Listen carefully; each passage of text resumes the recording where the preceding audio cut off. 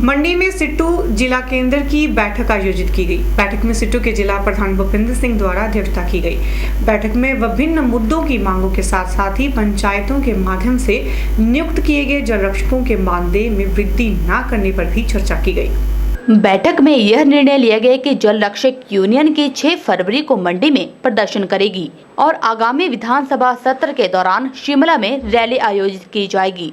यह जानकारी सिट्टू के जिला प्रधान भूपेंद्र सिंह ने दी। भूपेंद्र सिंह ने कहा कि वर्तमान में जल रक्षकों को मासिक मानदेय का प्रावधान किया गया है, जो इन्हें 5-6 महीने में एक बार ही अदा होता है। यूनियन की मांग है कि इन्हें निर्धारित न्यूनतम वेतन अदा किया जाए।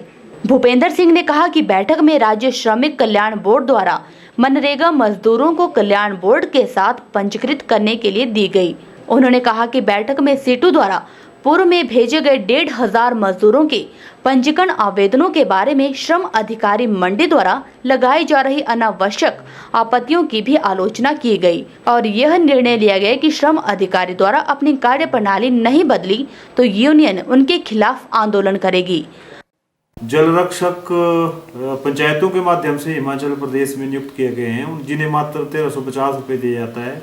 उनको उनकी जो रैली है मंडी के अंदर 6 फरवरी को आयोजित की जाएगी और उसके बाद जो मनरेगा जो मजदूर हैं उनकी जो समस्या है, क्योंकि मनरेगा में 100 दिन का काम नहीं मिल रहा है, मनरेगा को कम करने की बात हो रही है, उसके बारे में भी जो राज्य स्तरीय जो सम्मेलन है मनरेगा मजदूरों का, वो 13 फरवरी को मंडी के विश्वकर्मा हॉल में रखा गया है, जिसमें जो केंद्र सरकार नरेगा को कमजोर करने जा रही है उसके खिलाफ रणनीति तैयार की जाएगी। 26 फरवरी का जो आंदोलन है मुख्यतः वो जो केंद्र सरकार की जो नीतियां हैं उसमें 2 मुख्य निर्णय है जिसका हम विरोध कर रहे हैं। ये एक है कि जो श्रम कानूनों के अंदर संशोधन किया जा रहा है, जिसके तहत जो यूनियनों के जो पंजीकरण की जो शर्तें हैं उनको बदला जा रहा है और जो पहले 7 लोग यूनियन बना सकते थे, अब उसमें तय किया जा रहा है कि कुल मजदूरों का 10% होंगे।